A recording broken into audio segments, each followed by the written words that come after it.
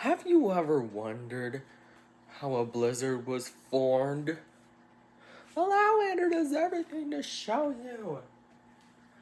The true history of a blizzard's birth.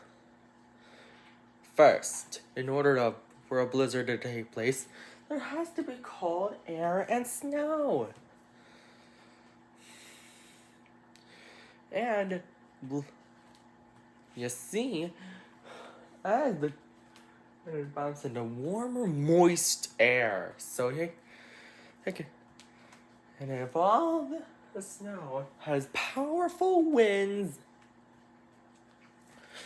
and a blizzard was born. You see, it's not a blizzard right now.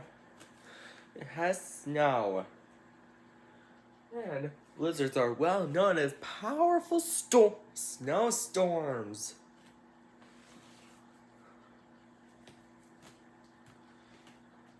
And I guess that's it for today's show.